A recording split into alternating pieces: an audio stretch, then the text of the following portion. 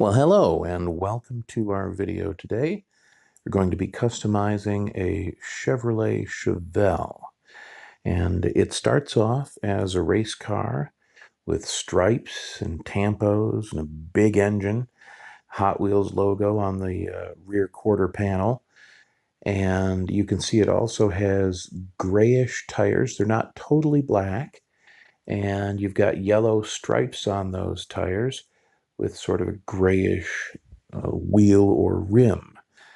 And so the first thing we do is we get some Salon Formula non-acetone nail varnish remover and some cotton buds, and I work at removing the tampos. I'm not a big fan of a lot of those tampos that are on there nowadays with the Hot Wheels cars, stripes and flames and a lot of stuff that you wouldn't see on your average car driving down the street.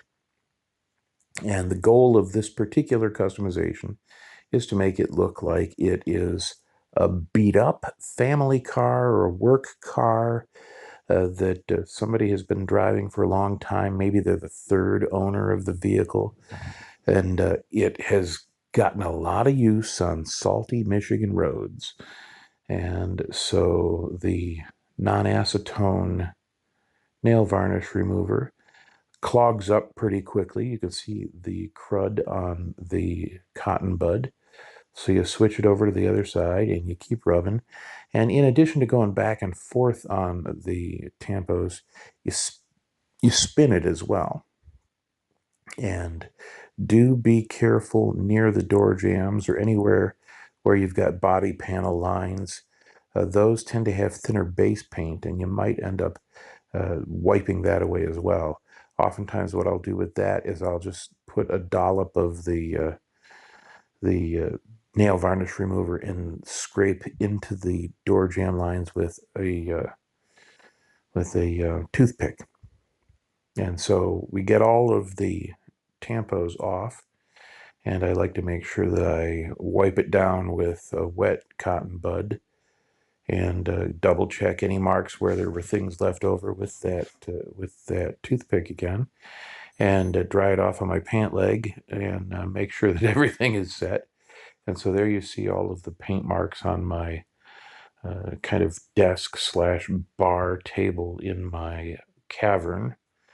And there we have the tampo-free Hot Wheels vehicle, still with the yellow rims and the large engine. But you could leave it like this. I mean, it looks cool now that it doesn't have tampos anymore. At this point, if you did want to keep it, I would use some polish and polish up the paint from the fact that it had the tampos on it. But since we're not going the shiny route, not going the polished route, I take my Dremel and I start sanding on the vehicle, trying to make it so that it doesn't have as much shine to it. You want to get it as flat as possible when you're doing this type of project. You want it to look like it's been in the sun, in the parking lot, at work for every day for the last 10, 15 years. It sits out in the driveway. They don't even have a garage, or if they do, it's filled with junk. So the car always has weather wear.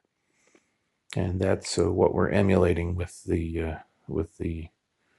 Dremel there and the nail varnish remover and the paint. So I've got the little tiny paint brushes, and I'm adding rust to certain areas behind the wheel wells, for example, bottoms of the doors. And if it goes too much, then I take a cotton bud and try to wipe some of it out and maybe put a little bit more in back again with a toothpick.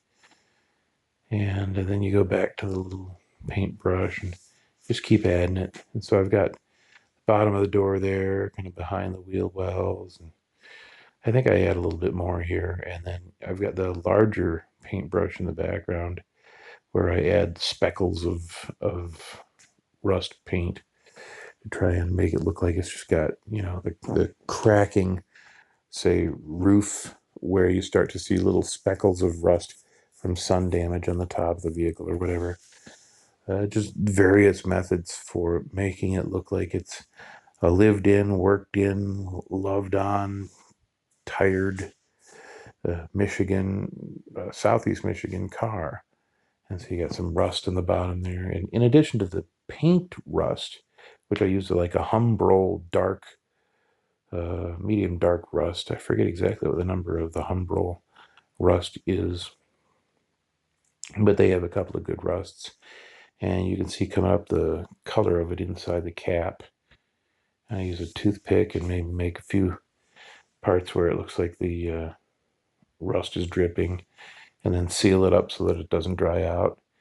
And then I switch over to some powdered rust colors, which I use a sponge that looks kind of like an eyeshadow sponge.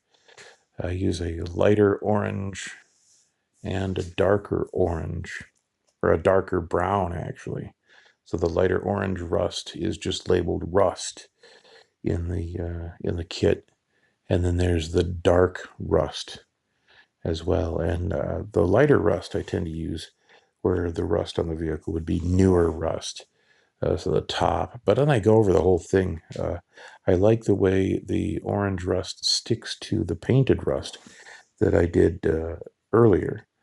And then I go over the bottom rust again with the brown dusty rust, or the powdered rust, and just, give it layers. The more layers you've got for your rust, the more realistic it's going to look, because rust is not a single color in real life. Rust is a variety of colors in real life. And they tend to go from orange to brown and so on and so forth. But certainly the layering gives it a more realistic effect. And that's the thing that you want to try and do, is make it look as real as possible. And it's a 1/64th, or roughly 1/64th scale car. So it's never going to be 100% perfect. But certainly it can look pretty cool. I love doing this stuff. You can see in the video how uh, the powdered rust sticks to the still tacky painted rust, and it makes a really cool effect. I like the look of that. And there I am tapping it onto the painted rust, and see, it just kind of looks like real. Now, there's still a lot of shine on the car, but at this point I have not yet clear coated it, but that is certainly on its way. I use a flat tester's clear coat to try and make it look as flat and dull as possible, like you would find a car that's been driven for 15 years, and just every winter it's out going to work, hauling groceries, taking the kids to wherever they need to go, driving them over to their friend's house, and just doing what needs to be done. And the engine, I add just a little bit of the rust color to it, and later you'll see me go over that to give it some detail and depth with a black wash, and that helps for sure. So we've got the side of the car there with a drip, and I'll work on that, make it look a little bit better a little bit later on as well. But just tapping away at the rust to give it as realistic a look as possible. And one of the things that I like to do in the sanding stage with the Dremel is to try and hit the door handles, and so they look a little metal. Here I'm using my brown oak wash. I have a brown oak wash and a black wash, and I go over it with that so that it looks like it's driven through mud puddles. And also you've got some exhaust. The black wash, I use on the engine and towards the back end of the car, where the exhaust might have caused some discoloration on the bumper or the taillights and what have you. But the brown oak wash is everywhere. It's been on wet, muddy Michigan roads, maybe delivering pizzas or whatever. And we end up with this look here. And I noticed as soon as I brought the camera in that dripping rust above the rear tire there was too thick. And so I didn't like that. And so I scratched it so it was a little bit thinner using an X-Acto knife. So that's pretty close to the finished car. One of the things that I forgot to do in the video was do a black wash on the front grille. You'll see the front grille is still too shiny and plain. And I ended up doing a black wash on the front grille to give it a little more detail. And I will include still photographs with the black wash in the grille.